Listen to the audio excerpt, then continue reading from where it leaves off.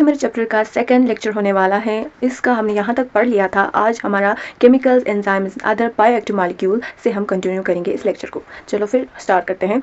Microbes are also used for commercial and industrial production of certain chemicals like organic acids, alcohols and enzyme. जो microbes है हम इसे इस्तेमाल करते हैं कमर्शियल एंड इंडस्ट्रियल प्रोडक्शन के लिए, केमिकल्स के लिए, जैसे organic acids, alcohols and enzyme. For example acid producers are Aspergillus niger, जो एक फंगा है, वो हमें स्ट्रिक एसिड प्रोड्यूस करता है। एसिटोबैक्टर एसिटी एक बैक्टीरियम है जो हमें एसिटिक एसिड देता है। और कोलेस्ट्रेडियम बुटाइलिसिकम जो है, कोलेस्ट्रेडियम बुटाइलिसिकम एक बैक्टीरिया है जो ब्यूटाइरिक एसिड प्रोड्यूस करता है। लैक्टोबैसिलस जो हमने पहला ही पढ़ा, जो लैक्टिक एसिड प्रोड्यूस करता है। एस्परजिलस नाइजर से fungus, citric acid, Acetobacter aceti a bacterium produce acetic acid. यहाँ पे हम इसके नोट्स बनाएंगे। कौन से? Organic acids. ऑर्गेनिक एसिड्स के क्या है?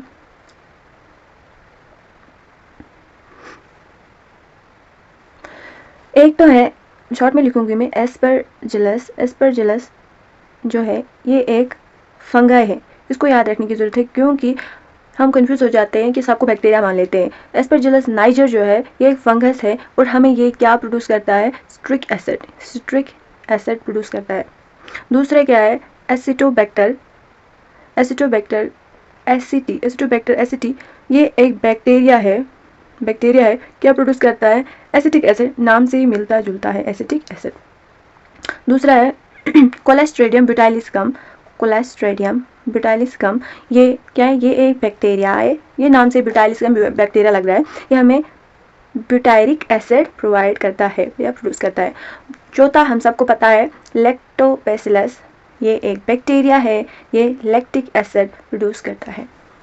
इन चारों में से हमें एस्परजिलस नाइजर पर ही ध्यान देना है ज़्यादातर, क्योंकि बाकी के नाम से पता चलता है कौन बैक्टीरिया है और इसका एसिड कौन सा है। एस्परजिलस नाइजर एक फंगस है और ये स्ट्रिक एसिड प्रोड्यूस करता है। अब हम पढ़ेंगे यीस्ट के बारे में। Yeast saccharomyces cerevisiae is used for commercial production of ethanol. जो हमने देखा था कि यीस्ट हमें एथेनॉल प्रोवाइड करवाते हैं। Microbes are also used for production of enzymes. Microbes use होते हैं एंजाइम को प्रोड्यूस करने के लिए भी। माइक्रोब्स यूज होते हैं। जैसे एंजाइम में हमें दिया है लाइपेसिस जो है वो यूज़ किया जाता है डिटर्जेंट फॉर्मुलेशन में। ये मदद करता है हमें रिमूव करने में, हटाने में oily stains from the laundry. कपड़ों में जो हमें ऑयली स्टेन्स लगते हैं, दाग धब्बे लगते हैं, उनको निकालने में हमें लाइपेसिस का यूज़ करना होता है। Okay, You must have noticed that the bottled fruit juice brought from market are clearer as compared to those made at home. बोल रहा है कि आपने देखा होगा जो हम बोतल जूस जो हम लाते हैं बाजार से, वो बहुत ही साफ लगते हैं, कोई दाने दाने नहीं होते। जैसे कि जब हम घर में बनाते हैं उनमें वो दाने दाने रह जाते हैं। कैसे? क्योंकि this is because the bottle juices are clarified by the use of pectinase and protease. जो बोतल जूस हैं जो हमें मार्केट से लाते हैं उनको हम ये एंजाइम्स डालते हैं, pectinase and proteases.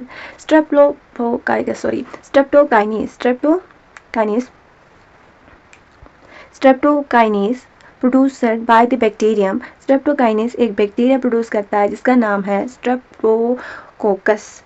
And modified by genetic engineering, ये जेनेटिक इंजीनियरिंग से मॉडिफाई किया जाता है। और किसके लिए यूज़ किया जाता है? Clot buster for removing clots from the blood vessels of patients who were undergone myocardial infarction leading to heart attack. Streptokinase ये प्रोड्यूस किया जाता है एक बैक्टीरियम से। उस बैक्टीरिया का नाम स्ट्रेप्टोकोकस है। और इस स्ट्रेप्टोकाइनेज हम जेनेटिक इंजीनियरिंग से मॉडिफाई करते हैं ताकि हम यूज़ कर सके इसको क्लॉट ब्लास्टर किन पेशेंट्स में जिनको मायोकार्डियल इन्फार्क्शन हुआ हो, जिससे हार्ट अटैक होता है। जब मायोकार्डियल इन्फार्क्शन होता है जिसकी वजह से हार्ट अटैक होने के चांस है, उसमें जो हमारे वेसल्स होते हैं, ब्लड वेसल्स है, वो ब्लॉक हो जाते हैं, क्लॉट बन जाता है उनमें। उसको रिमूव करने के लिए हम वहाँ पर स्ट्रेप्टोकाइनेज देते हैं। ओके, Another बायोएक्टिव मॉलिक्यूल जो है उसका नाम है cyclosporin A, that is used as an immunosuppressive agent in organ transplant patients, is produced by the fungus Trichoderma polysporum. बोल रहे हैं बायोएक्टिव मॉलिक्यूल जिसका नाम है साइक्लोस्पोरिन ए। इसे हम यूज़ करते हैं इम्यूनोसप्रेसिव एजेंट किस में, ऑर्गन ट्रांसप्लांट पेशेंट है। इम्यूनोसप्रेसिव मतलब जब हम जब हमारा सिस्टम जब किसी के ऑर्गन ट्रांसप्लांटेशन होता है किसी इंसान में, तो उसको हम इम्यूनोसप्रेसिव देते हैं ताकि उसकी जो बॉडी है वो उस ऑर्गन को रिजेक्ट ना करे, उसका इम्यून सिस्टम उसको रिजेक्ट ना करे तब तक जब तक वो बॉडी में अच्छी तरह से वो ऑर्गन फिट ना हो जाए। उसके लिए हम उसको साइक्लोस्पोरिन ए देते हैं जो कि एक फंगस प्रोड्यूस करता है जिसको नाम है trichoderma polysporum. Statin producer by yeast. Statin, ये एक स्टेटिन है, ये एक यीस्ट प्रोड्यूस करता है जिसका नाम है मोनास्कस प्यूपेरियस। मोनास्कस प्यूपेरियस एक यीस्ट है जो कि स्टैटिन प्रोड्यूस करता है, have been commercialised as blood cholesterol lowering agent. जो स्टैटिन है वो हमारी ब्लड कोलेस्ट्रॉल लेवल को कम करता है। कैसे? ये कंपेटेटिवली इनहिबिट करता है उस एंजाइम से जो कि हमारा कोलेस्ट्रॉल लेवल बढ़ाता है, यानी स्टेटिन इनहिबिटर की तरह काम करता है उस एंजाइम से जो कि हमारा कोलेस्ट्रॉल लेवल हमारी बॉडी में बढ़ाता है, उससे इनहिबिट करता है ताकि हमारी कोलेस्ट्रॉल लेवल कम हो। कौन करता है? स्टेटिन। स्टेटिन हमें यहाँ पे लिखना है बायोएक्टिव मॉलिक्यूल दो है, एक साइक्लोस्पोरिन, साइक्लोस्पोरिन ए है, ये एक फंगस प्रोड्यूस करता है जिसका नाम है ट्राइकोडर्मा पॉलीस्पोरम। और स्टेटिन जो है, स्टेटिन है एक यीस्ट प्रोवाइड करता है जिसका नाम मोनास्कस प्यूपेरियस है, ये दोनों याद रखने हैं। इस पेरा में हमको ये इन्फॉर्मेशन जो मैंने आपको दिखाया, हाईलाइट करके दिखाई है, वो सब याद करना है। अब हम पढ़ेंगे माइक्रोब्स इन स्वेज ट्रीटमेंट। कैसे हम माइक्रोब्स को यूज़ करते हैं स्वेज को ट्रीटमेंट करने के लिए। We know that large quantities of waste water are generated every day in cities and town. A major component of this waste water in human excreta. बोल रहे हैं कि हम देखते हैं कि बहुत सारी वेस्ट वाटर हर दिन प्रोड्यूस होती है सिटीज़ में, टाउन्स में, और उनमें जो ज़्यादा मेजर क्वांटिटी में होता है कंपोनेंट वो ह्यूमन एक्सक्रीटा ही होता है। This municipal waste water is also called sewage. इस म्युनिसिपल वेस्ट वाटर को सीवेज बोलते हैं। It contains large amount of organic matter microbes. इस सीवेज में ऑर्गेनिक मैटर होता है, माइक्रोब्स होते हैं। Many of which are pathogenic, बहुत सारे इसमें पैथोजेनिक भी होते हैं। Have you ever wondered why this huge quantity of sewage urban waste water disposed of daily? क्या आपको नहीं लगता, आप नहीं सोचते कि ये इतना सारा वेस्ट वाटर रोजाना कहाँ जाता है? This can not be discharge into natural water bodies like rivers and stream directly. You can understand why. हम उसको वेस्ट वाटर को नेचुरल बॉडीज में ऐसे नहीं फेंक सकते और हमें पता है क्यों। Before disposal hand sewage is treated in sewage treatment plant. S T Ps का फुल फॉर्म आ सकता है, ये वो STP नहीं है, स्टैंडर्ड टेम्परेचर एंड प्रेशर। यहाँ पे स्वेज ट्रीटमेंट प्लांट्स में हम इस स्वेज को पहले ट्रीट करते हैं to make it less polluting, ताकि हम इसको कम प्लूटिंग बना सकते। Treatment of waste water is done done by the heterotrophic microbes naturally present in the sewage. This treatment is carried out in two stages. बोल रहे हैं कि जो ट्रीटमेंट होती है इस स्वेज वाटर की वो होती है हेटेरोट्रॉफिक माइक्रोब्स जो उसमें नेचुरली प्रेजेंट होते हैं। और इन हेटेरोट्रॉफिक माइक्रोब्स की वजह से दो स्टेजेस में हम ये ट्रीटमेंट करवाते हैं। एक तो प्राइमरी ट्रीटमेंट, दूसरा सेकेंडरी ट्रीटमेंट। आप इसमें पढ़ेंगे क्या क्या है। अगर मैं आपको बताऊं प्राइमरी ट्रीटमेंट में क्या होता है, पहले मैं आपको इसका ओवरव्यू बताती हूँ, फिर आपको थ्योरी पढ़ाऊंगी। प्राइमरी ट्रीटमेंट में क्या होता है, जो फिजिकल रिमूवल ऑफ पार्टिकल्स होती है, जो ऊपरी सतह पे बड़े बड़े पार्टिकल्स होते हैं, स्मॉल और लार्ज, जो ये ट्रीटमेंट है जो 2 स्टेज में होता है, इसको मैं पहले आपको बताती हूँ, फिर इसके बाद NCERT रीड करते हैं। क्या होता है कि फिजिकल रिमूवल होता है बड़े बड़े पार्टिकल्स का, छोटे या बड़े, 2 प्रोसेस से। एक तो फिल्ट्रेशन और सेडिमेंटेशन से बड़े जो फ्लोट करते हुए पार्टिकल्स या कचरा वचरा उसको हम निकाल देते हैं फिल्ट्रेशन और सेडिमेंटेशन से। क्या बोलते हैं? फिजिकल रिमूवल 2 प्रोसेस से होता है, एक तो फिल्ट्रेशन से प्लस सेडिमेंटेशन से। इसमें क्या होता है, मैं एक बार लिखती हूँ। फ्लोटिंग डिब्रिस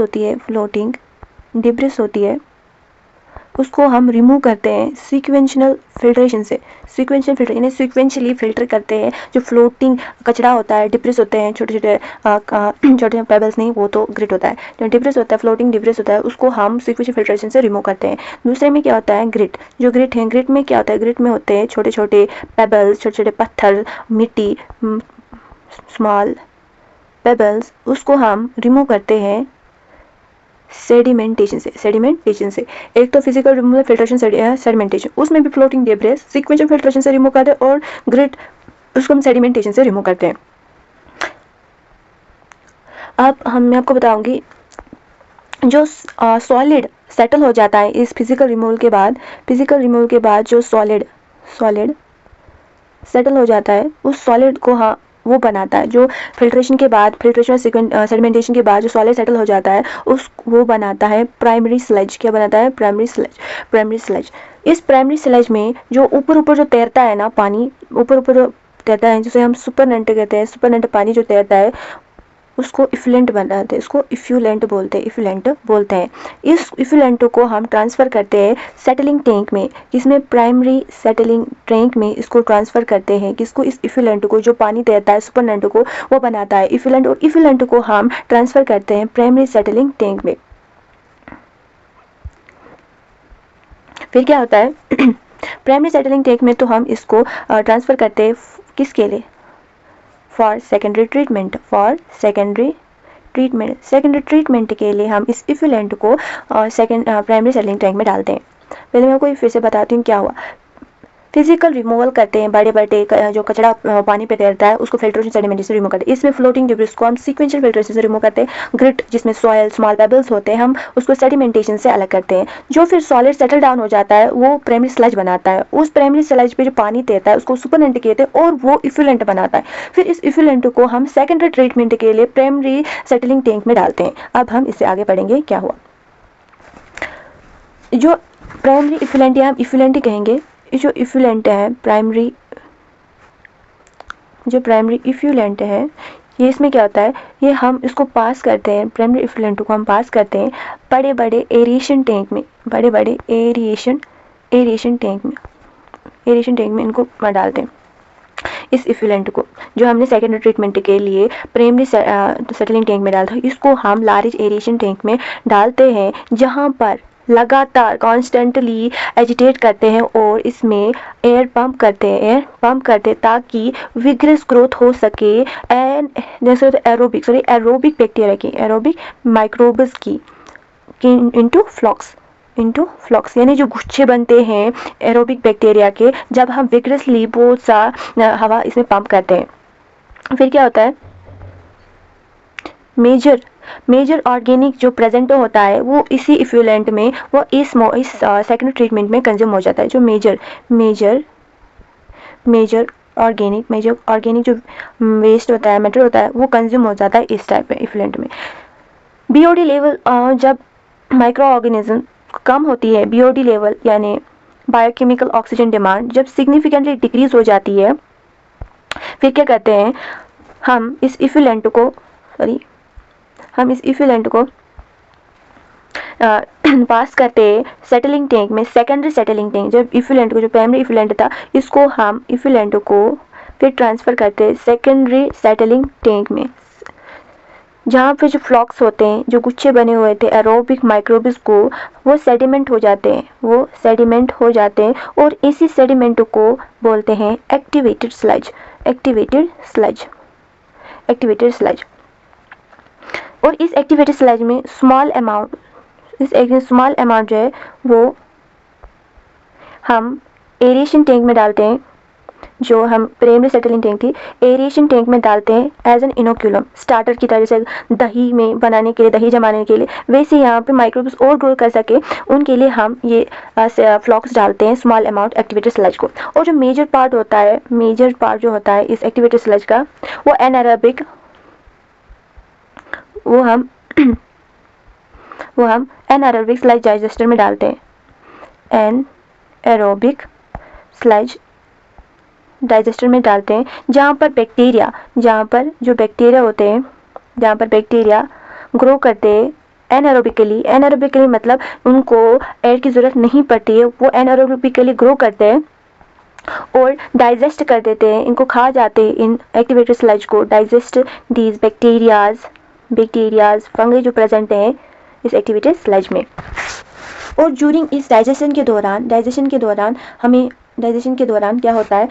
गैसेस प्रोड्यूस होती है, गैसेस जैसे mixture of gases, methane, CH4, H2S निकलता है, डाइसल्फाइड और CO2 निकलता है, इसको बोलते हैं बायोगैस हम यूज़ करें एज एनर्जी सोर्स। ओके, इसको मैं आपको नए से बताऊंगी क्या हमने पढ़ा, जो मैंने रफली आपको लिखा यहाँ पे। पहले क्या हुआ, जब हमने इस प्राइमरी रिमूवल किया, फिजिकल रिमूवल किया, हमने इफ्यूलेंट को प्राइमरी सेटलिंग टैंक में डाला फॉर सेकेंडरी ट्रीटमेंट के लिए। इस प्राइमरी इफ्यूलेंट को फिर हम पास करते हैं बड़े लार्ज एरेशन टैंक में एरेशन टैंक में, और इसमें हम एजिटेट करते हैं एयर को ताकि विग्रस ग्रोथ हो सके इन एरोबिक माइक्रोब्स की फ्लॉक्स में, गुच्छे में हो सके, और ताकि इस ट्रीटमेंट में एरेशन टैंक में मेजर ऑर्गेनिक मैटर जो प्रेजेंट है इस इफ्लुएंट वो कंज्यूम हो सके। जब बीओडी यानी बायोकेमिकल ऑक्सीजन डिमांड जिसे बोलते हैं, बीओडी एक टेस्ट होता है जिससे मतलब हम मेजर करते हैं किस रेट पर ऑक्सीजन माइक्रो ऑर्गेनिम्स ले रहे हैं।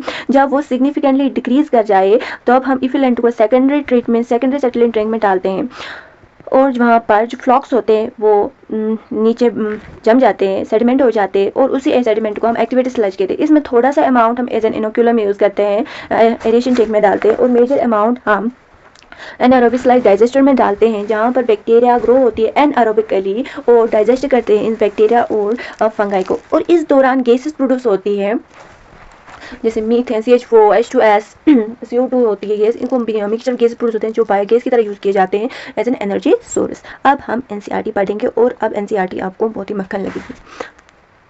प्राइमरी ट्रीटमेंट के लिए हम पढ़ेंगे this treatments steps basically involves physical removal of particles large and small from the sewage through filtration and sedimentation। ये प्राइमरी ट्रीटमेंट में हम फिजिकल रिमूवल करते हैं लार्ज और स्मॉल फ्रॉम द स्वेज, किससे यूज़ करते हैं, फिल्ट्रेशन और सेडिमेंटेशन से, through filtration and sediment. These are removed in stage में रिमूव करते हैं। इनिशियली हम फ्लोटिंग डिब्रिस को रिमूव करते हैं सीक्वेंशियल फिल्ट्रेशन से, ये सीक्वेंशियल फिल्ट्रेशन से हम फ्लोटिंग डिब्रिस को रिमूव करते हैं। दैन जो ग्रिट हैं जिसमें सॉइल होता है, स्मॉल पेबल्स होते हैं, पत्थर होते हैं, वो हम सेडिमेंटेशन से रिमूव करते हैं। All solid that settle from the primary sludge, जो भी सॉलिड जो सेटल हो जाता है प्राइमरी स्लज में इस प्राइमरी ट्रीटमेंट के दौरान, वो एंड सुपरनेंट यानी फॉर्म जो भी सॉलिड जमा हो जाता है प्राइमरी ट्रीटमेंट के दौरान उसको वो फॉर्म करता है primary sludge, and the supernatant form is the effluent. जो सुपरनेंट है जो पानी तैरता रहता है वो इफ्लुएंट बनाता है। The effluent form is from the primary settling tank is taken for secondary treatment. जो इफ्लुएंट है, इफ्लुएंट को हम प्राइमरी सेटलिंग टैंक से लेते हैं सेकेंडरी ट्रीटमेंट के लिए।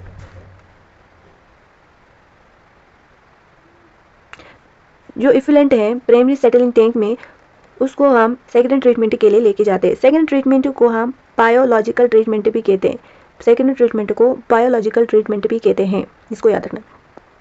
The primary effluent is passed into large aeration tanks.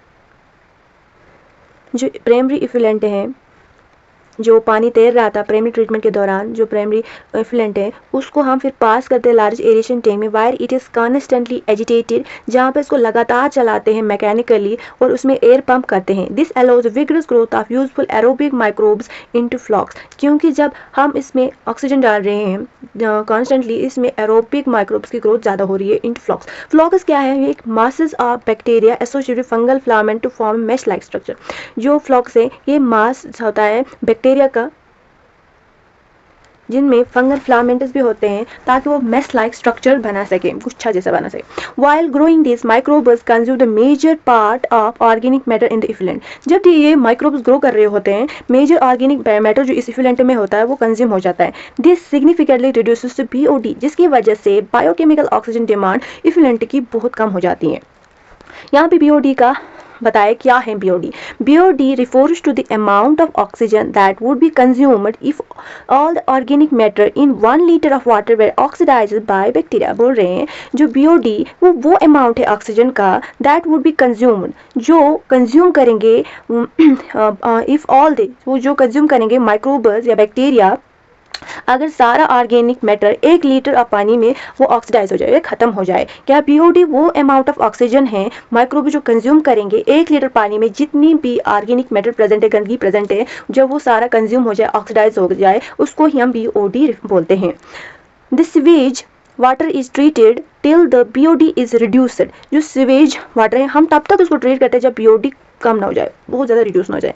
BOD test measures the rate of uptake of oxygen by micro organism in a sample of water. BOD जो हम test करते हैं वो देखता है किस रेट से माइक्रो ऑर्गेनिजम्स ऑक्सीजन ले रहे हैं एक वाटर में, सैंपल ऑफ वाटर में। एंड दस indirectly BOD measures the organic matter present in the water. हम इनडायरेक्टली मेजर कर रहे हैं कि कितना ऑर्गेनिक मैटर प्रेजेंट है। जितना साफ पानी होगा उतना माइक्रो ऑर्गेनिज्म कम यूज़ करेंगे ऑक्सीजन, क्योंकि गंदगी कम होगी, उनको ऑक्सीडाइज करने में उतनी ऑक्सीजन नहीं लगेगी। जब नहीं लगेगी मतलब पानी में BOD लेवल कम हो गई, यानी जो पानी वो साफ हो चुका है। The greater the BOD of waste water more is it is polluting potential. जितना BOD वेस्ट वाटर का ज़्यादा होगा उतना ही वो गंदा होगा, polluting potential. Once the BOD of sewage or wastewater is reduced significantly, the effluent is then passed into a settling tank where the bacteria flocks are allowed to sediment. जब BOD जो सीवेज वेस्ट वाटर का significantly decrease होता है, the effluent जो ये effluent था हम इसको पास करते सेकेंडरी सेटलिंग टैंक में। सेटलिंग टैंक में हम इसको पास करते जहाँ वायर द बैक्टीरियल फ्लॉक, जहाँ पे ये बैक्टीरियल फ्लॉक्स हैं उनको हम एलो करते वो सेडिमेंट हो जाए। This sediment is called activated sludge, और इसी सेडिमेंट को हम एक्टिवेटेड स्लज बोलते हैं। A small part of the activated sludge, और इसी एक्टिवेटेड स्लज का थोड़ा सा हिस्सा हम पंप करते हैं back into the aeration tank to serve as an inoculum, ताकि एक स्टार्टर की तरह काम करे वहाँ पे। The remaining major part of sludge is pumped into the large tank is called aeration anaerobic sludge digester, और जो मेजर पार्ट होता है इस एक्टिवेटेड स्लज का वो हम एनारोबिक स्लज डाइजेस्टर में डालते हैं। Here other kinds of bacteria which grow anaerobically, जो बाकी बैक्टीरिया हैं जो ग्रो करते हैं anaerobically, digest the bacteria and fungi in the sludge, वो डाइजेस्ट कर देते हैं बैक्टीरिया को और फंगई को जो इस स्लज में प्रेजेंट होते हैं। During this digestion bacteria produce a mixture of gases such as methane, hydrogen sulfide, carbon dioxide. These gases form biogas and can be used as a source of energy as it is inflammable. बोल रहे हैं इस दौरान जब anaerobic bacteria इन bacteria को fungi को खा रहे होते हैं तो मिक्सचर ऑफ गैसेस प्रोड्यूस होती है, मीथेन, हाइड्रोजन सल्फाइड, CO2, जो कि हम as source of energy use करते हैं और इसे कोई बायोगैस बोलते हैं। The effluent from the secondary treatment plants is generally released into natural water bodies like rivers and streams. जो इफ्लुएंट होता है फ्रॉम द सेकेंडरी ट्रीटमेंट के बाद जो इफ्लुएंट बचता है उसको हम नेचुरल वाटर बॉडीज में डालते हैं। An aerial view of such plants is given in the figure. You can appreciate how microbes play a major role in treating millions of gallons of waste water. आप देख सकते हैं या check कर सकते हैं कैसे STP से माइक्रोब्स यूज करके हम बहुत सारा पानी साफ कर सकते हैं। गैलॉन्स का जो होता है गैलॉन्स GALLONS गैलॉन्स जो है 4.5 लीटर ऑफ वाटर को गैलॉन्स कहते हैं। 4.5 लीटर उसको गैलॉन्स कहते हैं। This methodology has been practiced for more than a century now in almost all parts of the world. Till date, no man-made technology has been able to reveal the microbial treatment of sewage. बोल रहे एक सदी हो गई है यही treatment करते हैं और अभी कोई मैन-मेड टेक्नोलॉजी नहीं है आई कि जो कि रिवील कर सकते हैं माइक्रोबियल ट्रीटमेंट ऑफ स्वेज को। ये स्वेज ट्रीटमेंट प्लांट का एरियल व्यू है। You are aware that due to increasing urbanization, sewage is being produced in much larger quantities than ever before. आपको बताइए ज़्यादा urbanization शहरी हो रहे हैं हम तो ज़्यादा sewage भी प्रोड्यूस हो रहा है। However, the number of sewage treatment plants not increased enough to treat such quantities. बोल रहे हैं sewage ज़्यादा हो रहा है पर जो STPs नहीं बन रहे हैं वो इंक्रीज नहीं हो रहे हैं। So the untreated sewage is often discharged directly into rivers, leading to their pollution and increase in water bodies. और ज़्यादातर फिर ऐसे ही बिना ट्रीटमेंट के ही पानी को नेचुरल वाटर बॉडीज में डालते हैं जिनकी पोल्यूशन और वाटर बॉर्न डिजीज हो जाती है। The ministry of environment and forest has initiated Ganga action plan and the Yamuna action plan to save these major rivers of our country from pollution. जो ministry है environment और forest की, उसने Ganga action plan और Yamuna action plan बनाया है ताकि हम इन दो या गंगा एंड यमुना रिवर्स को बचा सके पोल्यूशन से। Under these plans it is proposed to build a large number of sewage treatment plant so that only treated sewage may be discharge in the river. तो इस प्लान के तहत हमें सीवेज ट्रीटमेंट प्लांट्स बनाते ताकि treated sewage हम discharge करेंगे rivers में। A visit to sewage treatment plants situated in any place near you would be an interesting and educating experience. अब है बारी microbes in production of biogas. कौन कौन से माइक्रोब्स यूज़ किए जाते हैं बायोगैस को प्रोड्यूस करने के लिए, उससे पहले मैं पानी पीती हूँ।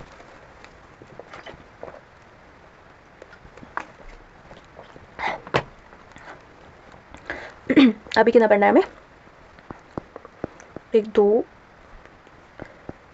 मतलब 4-5 पेज है, फिर हमारा चैप्टर कंप्लीट।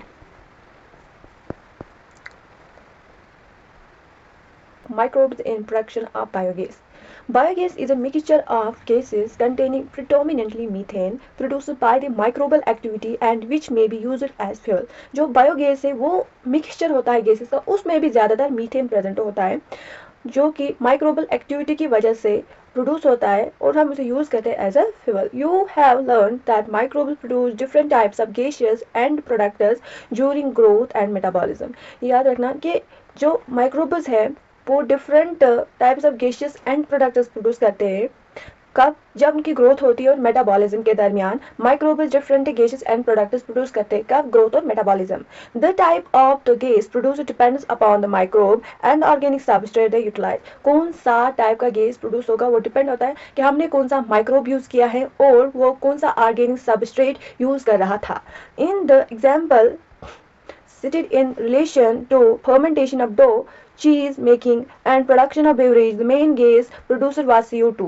जब हम पढ़ रहे थे फर्मेंटेशन ऑफ डो, चीज़ बनाना, बेवरेजेस बनाना, उनमें जो गैस प्रोड्यूस हो रही थी वो ज़्यादातर CO2 ही रिलीज हो रही थी।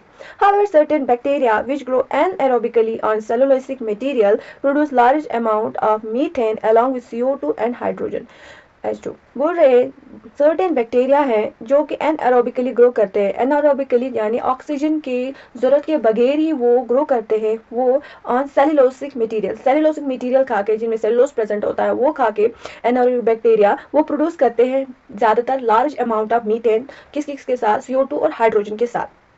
These bacteria are collectively called methanogens और इन बैक्टीरियाज को हम एक साथ मीथेनोजेंस कहते हैं। And one such common bacterium is methanium bacterium, जो कि वो बैक्टीरिया जो कि मीथेन प्रोड्यूस करता है विद CO2 एंड हाइड्रोजन, जब यूटिलाइज करता है सेलुलोसिक मटेरियल एनारोबिकली ग्रो करते हैं, उनका इकट्ठे हम बोलते हैं मिथेनोजन और उसका एग्जाम्पल है methanium bacterium, methanobacterium. This bacteria are commonly found in the anaerobic digester during sewage treatment. जब हम स्वेज ट्रीटमेंट कर रहे थे, जो एनारोबिक स्लज डाइजेस्टर जिसमें हम एक्टिवेटेड स्लज को डाल रहे थे, उसमें ही ज़्यादातर ये मीथेनोजेंस प्रेजेंट होते हैं। These bacteria are also present in the rumen, a part of the stomach of cattle। जो ये मीथेनोबैक्टीरियम मीथेनोजेंस हैं ये ज़्यादातर प्रेजेंट होते हैं, also present in rumen। rumen एक केटल्स का स्टोमक का पार्ट है, उसमें ये प्रेजेंट होते हैं। A lot of cellulosic material present in the food of cattle is also present in the rumen। बोल रहे हैं जो स्टोमक है, जो रुमेन पार्ट है एक कैटल का, उसमें सेलुलोसिक मटेरियल प्रेजेंट होता है। इन rumen these bacteria help in the breakdown of cellulose and play an important role in the nutrition of the cattle।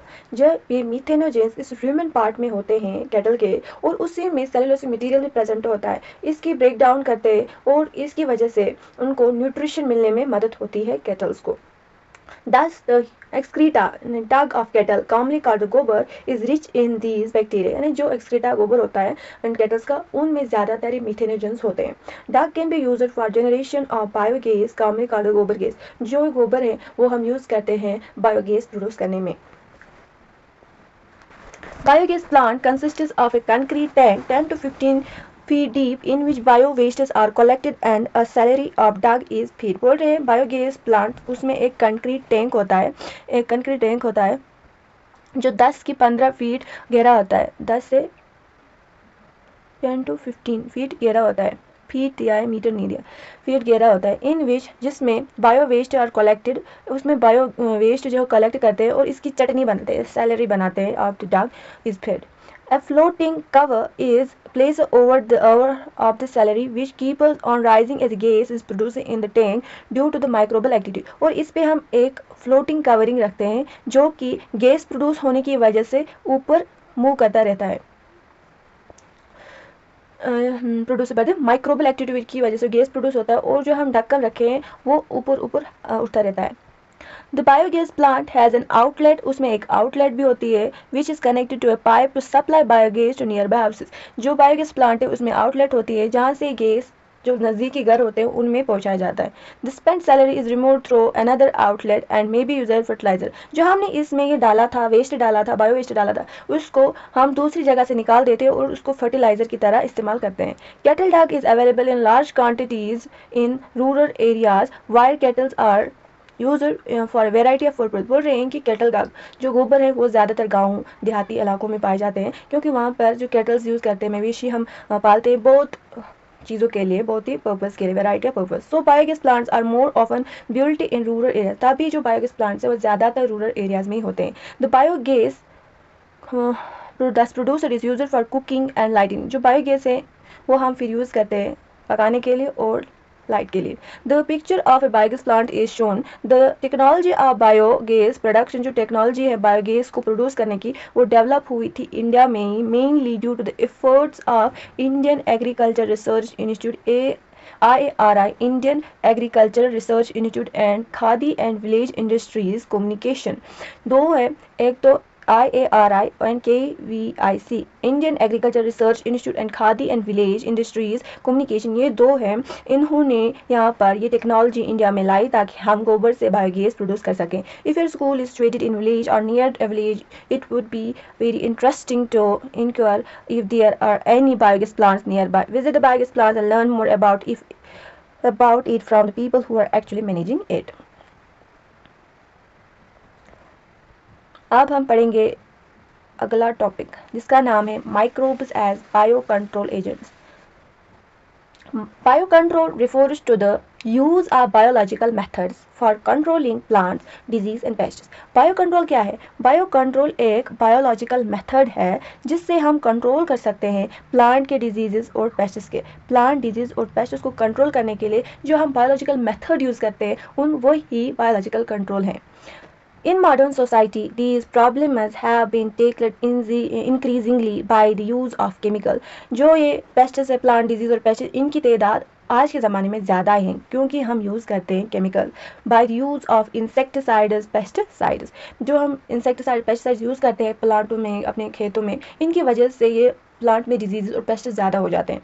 These chemicals are toxic and extremely harmful to human beings and animals alike and have been polluting our environment, soil, ground, water, fruits, vegetables and crop plants. बोल रहे हैं कि जो ये chemicals हैं ये toxic हैं, हमारे लिए हार्मफुल हैं, इंसानों के लिए, एनिमल्स के लिए समान हैं, और ये हमारे एनवायरनमेंट को पोल्यूट कर रहा है, हमारे सॉइल को, हमारे ग्राउंड वाटर को, हमारे फ्रूट्स को, सब्जियों को, क्रॉप प्लांट्स को ये तबाह कर रहा है। Our soil is also polluted through our use of weedicides to remove weed. जो हमारी सॉइल है, मिट्टी है, वो ख़राब हो रही है, पोल्यूट हो रही है क्योंकि हम उसमें वीडीसाइड यूज़ करते हैं। वीडीसाइड तो हैं जो अनवांटेड ग्रास होते हैं, वीड्स जिसे बोलते हैं, उसको हटाने के लिए हम वीडीसाइड्स यूज़ करते हैं और उसकी वजह से हमारी सॉइल भी पोल्यूटेड हो जाती है।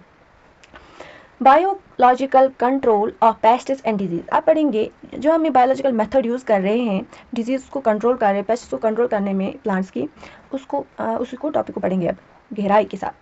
In agriculture, there is a method of controlling pests that relies on natural predation rather than introducing chemicals. Biological control of pests and disease में बोल रहे हैं जब in agriculture जब हम खेती बाड़ी करते हैं there is a method, यहाँ पे एक मेथड है कंट्रोल करने के लिए पेस्ट्स को, जो कि रिलाई करता है, बेसिस है, उसकी बेसिस है नेचुरल प्रेडेशन पे, ना कि इंट्रोड्यूस करें केमिकल। जैसे कि हमारे खेतों में कोई पेस्टिस है, उसको कंट्रोल करना है हमें नेचुरल प्रेडेशन से, क्योंकि उस पेस्टिस का कोई प्रेडेटर होगा, वो किसी के लिए फूड होगा और उसी से हमें कंट्रोल करना है, ना कि हमें केमिकल्स इंट्रोड्यूस करने हैं। ए की belief of the organic farming is that biodiversity furthers health. एक की बिलीफ है ऑर्गेनिक फार्मिंग की, जो कि बायोडाइवर्सिटी जितनी ज़्यादा होगी उतनी ही हेल्थ इंक्रीज होगी। Biodiversity furthers health. The more variety a landscape has the more sustainable it is. जितनी ज़्यादा वेराइटीज़ बायोडाइवर्सिटी होगी एक जगह पर उतनी वो सस्टेनेबल होगी, उतनी ही वहाँ पर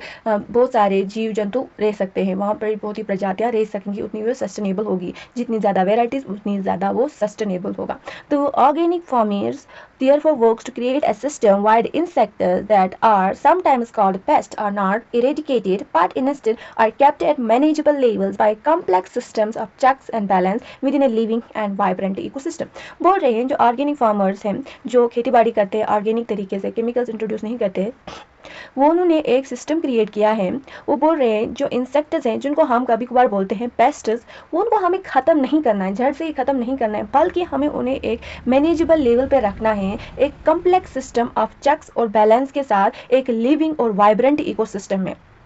हमें अगर कोई पेस्ट है हमें उसको ख़त्म नहीं करना है, बल्कि एक मैनेजेबल लेवल पे रखना है, एक कम्प्लेक्स सिस्टम को यूज़ करके चेक करना है, बैलेंस करना है एक लिविंग और वाइब्रेंट इकोसिस्टम में। ये ऑर्गेनिक फार्मर्स का एक कंसेप्ट है। Contrary to the conventional farming practices which often use chemical methods to kill both useful and harmful life forms indiscriminately, this is a holistic approach that seeks to develop an understanding of the webs of interaction between the myriads of organisms that constitute the field, fauna and flora। बोल रहे हैं जो conventional methods use करते थे उसमें क्या होता था, केमिकल मेथड्स यूज़ करते थे इसमें, जिसमें हम दोनों को मार देते थे, जिसमें यूज़फुल भी है और हार्मफुल लाइफ फॉर्म्स हैं उनको इंडिस्क्रिमिनेटली मार देते थे। ये एक होलिस्टिक अप्रोच थी। होलिस्टिक अप्रोच यानी हम एक चीज़ को फोकस करके नहीं ट्रीट करते थे, बल्कि ऐसे ही सारे ही होल को लेके सारी चीज़ों को एक साथ ही ट्रीट करते थे। तो जो ये होलिस्टिक अप्रोच है इसको एक अंडरस्टैंडिंग चाहिए ऑफ वेब्स की, जो इंटरेक्ट करते हैं बिटवीन द मायरिड्स ऑफ ऑर्गेनिज्म, जो हमारे कॉन्स्टिट्यूट करते हैं field of flora and fauna. यानी ये अप्रोच है इसको सुधारने की ज़रूरत है, इसको ये समझने की ज़रूरत है जो इंटरेक्शन होते हैं वेब्स में, जो हम यूज़फुल मारते हैं और हार्मफुल के साथ, जो यूज़फुल था वो हमारे फील्ड्स के लिए फ़ायदेमंद था, इनकी जो एक वेब थी एक दूसरे के लिए प्रेडेटर प्रे की तरह काम करते थे। हमें इसको समझने की ज़रूरत है, इस होलिस्टिक अप्रोच को समझने की ज़रूरत है। The organic farmers hold the view that the eradication of the creatures that are often described as pests is not only possible but also undesirable, for without them the beneficial predatory and parasitic insects which depend upon them as food or hosts would not be able to survive। बोल रहे हैं जो मैंने बोला कि organic farmers को ये view इस होल्ड करना चाहिए कि एरिडिकेशन ख़त्म करना ऑफ द क्रिएचर्स को जिनको हम पेस्ट्स बोलते हैं, वो ना कि पॉसिबल है, इज़ नॉट ओनली पॉसिबल बल्कि आल्सो अनडिज़ायरेबल। हम उन पेस्ट्स को ख़त्म कर देते हैं जो कि नॉट ओनली पॉसिबल, जो कि पॉसिबल है, बल्कि हमारे लिए अनडिज़ायरेबल भी है, क्योंकि फॉर विदाउट देम जो पेस्ट्स है जो हमारे लिए बेनिफिशियल पेस्ट्स हैं, without them beneficial predatory and parasitic insects जो थे, जो इन पेस्ट्स पे डिपेंड करते थे फूड के लिए, होस्ट्स के लिए, वो सर्वाइव नहीं कर पाएंगे। Thus, the use of biocontrol measures greatly reduce our dependence on toxic chemicals and pesticides। बोल रहे हैं बायोकंट्रोल मेजर्स को यूज़ करके हमारी जो डिपेंडेंसी थी टॉक्सिक केमिकल पे और पेस्टिसाइड पे वो बहुत कम हुई। An important part of biological farming approach is to become familiar with the various life forms that inhabit the field। एक important part है biological farming approach का is to become familiar। हमें पता होना चाहिए various life forms that inhabit the field. अगर हमें कोई बायोलॉजिकल फार्मिंग अप्रोच करनी है किसी जगह, हमें उस जगह के बारे में पता होना चाहिए कि उसमें कौन कौन सी लाइफ फॉर्म्स हैं, वहाँ पर रहती है, कौन से प्रेडेटर्स हैं as well as pests, predators pests हैं और उनकी लाइफ साइकिल क्या है, पैटर्न ऑफ फीडिंग क्या है एंड हैबिटेट दे प्रेफर, कौन सा हैबिटेट वो प्रेफर करते हैं। ये हमें पता होना चाहिए उस फील्ड के बारे में जहाँ पे बायोलॉजिकल फार्मिंग अप्रोच कर रहे हैं। This will help develop appropriate means of bio control, और ये हमें एक अप्रोप्रिएट मीन्स बायो कंट्रोल में मदद करेगा। The very familiar beetles with red and black marking, the ladybird and dragonflies are useful to get rid of aphids and mosquitoes respectively।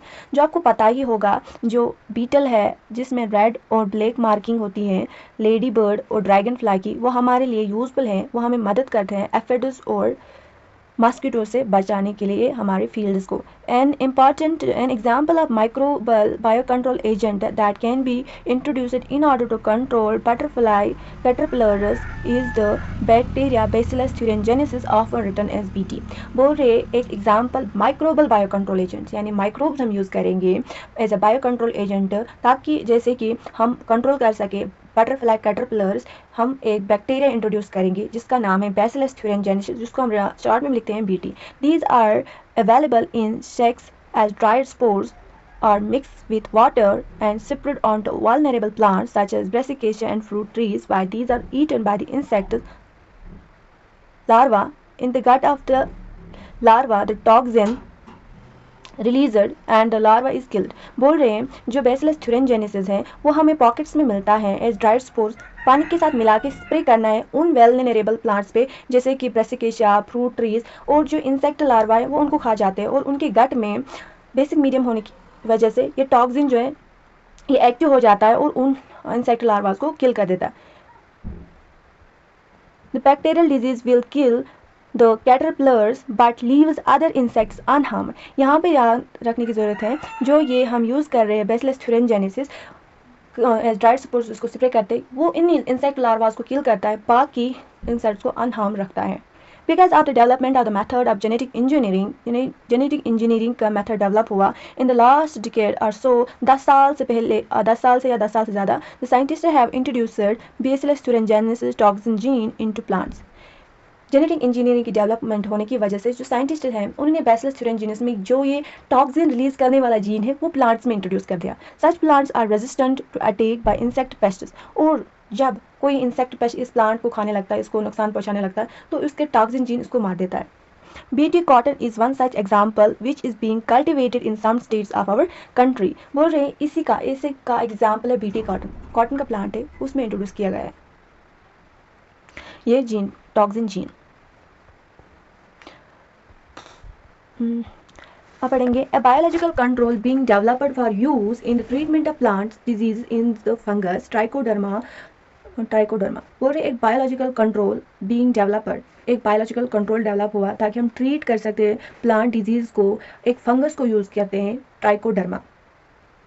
Trichoderma species are free living fungi that are very common in the root ecosystem. जो Trichoderma species है वो free living fungi है, ये ज़्यादातर root ecosystem में रहते हैं। They are effective bio control agents of several plant pathogens. ये बहुत ही इफेक्टिव बायो कंट्रोल एजेंट हैं बहुत सारे प्लांट पैथोजेंस के। Baculovirus are pathogen that attack insects and other arthropods. जो बैक्यूलोवायरस है ये एक पैथोजन है जो अटैक करता है इंसेक्ट्स को और आर्थ्रोपोड्स को। The majority of baculovirus use it as bio control agent और इन द जीन्स न्यूक्लियोपॉलीहिड्रोवायरस। बोल रहे हैं जो मेजॉरिटी बैक्यूलोवायरस है उनको यूज किया जाता है एज बायो कंट्रोल एजेंट, किस जीनस से बिलोंग करते हैं, nucleopolyhedrovirus. These virus are excellent candidates for species specific narrow spectrum insecticidal application. जो ये न्यूक्लियोपॉलीहिड्रोवायरस से जो ये जीन है, जीनस है, इससे जो बैक्यूलोवायरस बिलोंग करते हैं वो एक्सेलेंट कैंडिडेट्स हैं किसके लिए, स्पेसीज स्पेसिफिक, यानी एक स्पेशीज के लिए एक बैक्यूलोवायरस स्पेसिफिक होता है। नैरो स्पेक्ट्रम इंसेक्टिसाइडल एप्लीकेशन, इसकी जो स्पेक्ट्रम है, एप्लीकेशन का स्पेक्ट्रम वो नैरो है। They have been shown to have no negative impact on plants, mammals, birds, fish और even on non targeted plants. इनका कोई नेगेटिव इम्पैक्ट नहीं होता प्लांट्स पे, मैमल्स पे, बर्ड्स पे, फिश पे और इवन जो नॉन टारगेटेड इंसेक्ट्स है उन पे कोई नेगेटिव इम्पैक्ट नहीं होता। इनका इम्पैक्ट वो वहीं पे डालते हैं जहाँ पे इनको डालना है। This is specially desirable when beneficial insects are being conserved to aid in an overall integrated pest management program। वो रहे बैक्यूलोवायरस हम उनको तब यूज़ करते हैं, स्पेशली डिज़ायरेबल होते हैं जब हमें व्हेन बेनिफिशियल इंसेक्ट, जब हमें जो बेनिफिशियल इंसेक्ट्स है उनको कंजर्व करना है एक overall integrated pest management programme में। और when an ecologically sensitive area being treated, जब हम एक इकोलॉजिकली एक सेंसिटिव एरिया को ट्रीट करते हैं तब हम बैक्यूलोवायरस को यूज़ करते हैं। माइक्रोब्स एज बायो फर्टिलाइजर्स, कैसे हम माइक्रोब्स को यूज़ करते हैं फर्टिलाइजर की तरह, बायो फर्टिलाइजर की तरह। With our present day lifestyles environmental pollution is a major cause of concern. The use of chemical fertilisers to meet the ever increasing demand of agricultural produce has contributed significantly to this pollution। बोल रहे हैं जो भी ये demand increase हो रही है agricultural products की, फार्मर्स यूज़ करते हैं ज़्यादातर फिर केमिकल्स ही ज़्यादा प्रोडक्शन को इंक्रीज़ करने के लिए, ज़्यादा फर्टिलाइज़र्स यूज़ करते हैं ताकि हम जो एवर इंक्रीजिंग डिमांड है एग्रीकल्चर प्रोड्यूस की वो हम कंट्रीब्यूट कर सकें। और यही प्रोडक्शन ज़्यादा करने के लालच में हम ज़्यादा केमिकल्स यूज़ करते हैं और इसी की वजह से पोल्यूशन हो जाए। Of course, we have now realized that there are problems associated with the overuse of chemical fertilizers and there is a large pressure to switch to organic farming। बोल रहे हमें ये रियलाइज़ हो गया है कि प्रॉब्लम जो है वो हमारी ओवर यूज़ की वजह से है, केमिकल फर्टिलाइज़र्स की वजह से है, और हमें अब ज़्यादा प्रेशर है क्योंकि हमें अब स्विच करना है ऑर्गेनिक फार्मिंग में जहाँ पर हम नेचुरल मैन्योर यूज़ करेंगे खेती बाड़ी में, ना कि chemical fertilisers. The use of bio fertilisers यानी बायो फर्टिलाइजर्स यूज़ करेंगे ऑर्गेनिक फार्मिंग में। Bio fertilisers are organism that enrich the nutrient quality of the soil. जो बायो फर्टिलाइजर्स है ये ऑर्गेनिज्म्स होते हैं जो सोइल की न्यूट्रिएंट क्वालिटी को इंक्रीज करते हैं। The main source of bio fertilisers are bacteria, fungi and cyanobacteria. बोल रहे जो मेन सोर्स है इनका बायो फर्टिलाइजर्स का वो क्या है? जो बायो फर्टिलाइजर्स इनमें तीन है, एक है बैक्टीरिया, दूसरी है फंगाई, साइनोबैक्टीरिया। ये तीन हैं जो कि बायो फर्टिलाइजर कंस्ट्रीब्यूट करते हैं। और बायो फर्टिलाइजर्स ऑर्गेनिज्म से होते हैं जो सोइल की क्वालिटी को इंक्रीज करते हैं। You have studied about the nodules on the roots of leguminous plants formed by the symbiotic association of rhizobium. आपने पढ़ा होगा जो leguminous plants होते हैं, पल्सेस वाले प्लांट्स होते हैं, उनके रूट्स पे नोड्यूल्स होते हैं। वो किससे बनते हैं? वो एक सिम्बायोटिक एसोसिएशन होता है, एक सिम्बायोटिक रिलेशन होता है जिसको हम राइजोबियम का सिम्बायोटिक एसोसिएशन होता है रूट्स में। किसके रूट्स में? लिग्यूमिनस रूट्स में। These bacteria fix atmospheric nitrogen into organic forms which is used by the plants and nutrients. जब ये leguminous plants के जो रूट्स हैं उनमें नोड्यूल्स होते हैं, किनकी वजह से? बैक्टीरिया की वजह से। एक सिम्बायोटिक रिलेशनशिप होता है बैक्टीरिया और लिग्यूमिनस प्लांट्स के रूट्स का, जिसे राइजोबियम कहते हैं। और इसी की वजह से एटमॉस्फेरिक नाइट्रोजन है वो फिक्स होती है ऑर्गेनिक फॉर्म्स में, जो कि प्लांट यूज करते हैं as a nutrient. Other bacteria can fix atmospheric nitrogen while free living in the soil. बाकी बैक्टीरिया भी एटमॉस्फेरिक नाइट्रोजन फिक्स करते हैं जो कि फ्री लिव करते हैं सॉइल में। Example Rhizobium, Azotobacter, these are free living bacteria जो कि एटमॉस्फेयर नाइट्रोजन फिक्स करते हैं, thus enriching the nitrogen content of the soil. और इसकी वजह से सॉइल का जो नाइट्रोजन कंटेंट है वो इंक्रीज होता है। Fungi also known to form symbiotic association with plants. जो फंगी है वो प्लांट्स के साथ एक सिम्बायोटिक एसोसिएशन बनाती है, उसको माइकोरिजा कहते हैं। Many members of the genus Glomus form mycorrhiza. जो जीनस ग्लोमस है उसके बहुत से मेंबर्स माइकोरिजा एक सिम्बायोटिक एसोसिएशन प्ले करते हैं। The fungal symbiont in these associations absorb phosphorus. जो फंगल सिम्बायोंट होता है, जो फंगल कंपोनेंट होता है इस एसोसिएशन का, वो एब्जॉर्ब करता है फास्फोरस सॉइल से और फिर इसको पास करता है प्लांट को। Plant having such association show other benefits also such as resistant to root pond pathogens, tolerance to salinity and droughts and overall increase in growth, plant growth and development. बोल रहे हैं जो कि एक तो फंगल कंपोनेंट है, absorb करता है फास्फोरस सॉइल से और उसको पास करता है प्लांट्स को। एंड जो प्लांट को है उसको बाकी बेनिफिट्स भी मिलते हैं इस एसोसिएशन से। एक तो उसको रेजिस्टेंस मिलती है जो कि रूट बॉर्न पैथोजेंस, और टॉलरेंस मिलती है सैलिनिटी से, ड्राफ्ट से, और उसकी जो प्लांट की ग्रोथ है और डेवलपमेंट है वो ओवरऑल इंक्रीज हो जाती है इस माइकोरिजा सिम्बायोटिक एसोसिएशन की वजह से। Cyanobacteria are autotrophic microbe. जो साइनोबैक्टीरिया एक ऑटोट्रॉफिक माइक्रोब है, यानी वे फूड अपना खुद ही बनाता है। Wildly distributed in aquatic and terrestrial environment, many of which can fix atmospheric nitrogen. Example एनाविना, नोस्टॉक, ऑसिलेटोरिया, एटीसी। बोल रहे हैं जो साइनोबैक्टीरिया एक ऑटोट्रॉफिक माइक्रोब है जो कि डिस्ट्रीब्यूटेड है एक्वेटिक में भी, टेरेस्ट्रियल एनवायरनमेंट में भी, और ये भी एटमॉस्फेरिक नाइट्रोजन फिक्स करते हैं जैसे कि एनाविना, Nostoc and Oscillatoria. In paddy field cyanobacteria serves an important bio fertilizer. जहाँ की पेडी ग्रो होती है, पेडी फील्ड्स में धान की पैदावार जहाँ पे प्रोड्यूस होती है, वहाँ पे बायो फर्टिलाइजर की तरह ये साइनोबैक्टीरिया यूज किया जाता है। Blue green algae also add organic matter to the soil and increase its fertility. Cyanobacteria का एक दूसरा नाम ब्लू ग्रीन एल्गी, ये हमें सॉइल में ऑर्गेनिक मैटर और इसकी fertility increase करता है। Blue green algae also add organic matter to the soil and increase its fertility. Currently in our country, a number of fertilizers are available commercially in the market and farmers use these regularly in their fields to replenish soil nutrient and reduce dependency on chemical fertilizer. बोल रहे हैं आज के ज़माने में हमारे country में बहुत सारे बायो फर्टिलाइजर्स अवेलेबल हैं जो कि फार्मर्स यूज़ करते हैं ताकि अपनी सॉइल की न्यूट्रिएंट्स को फिर से ला सके और केमिकल फर्टिलाइजर पर डिपेंडेंसी ख़त्म हो सके। अब इसकी समरी है, ये आप खुद पढ़िएगा और हमारा चैप्टर कंप्लीट होता है इसी के साथ।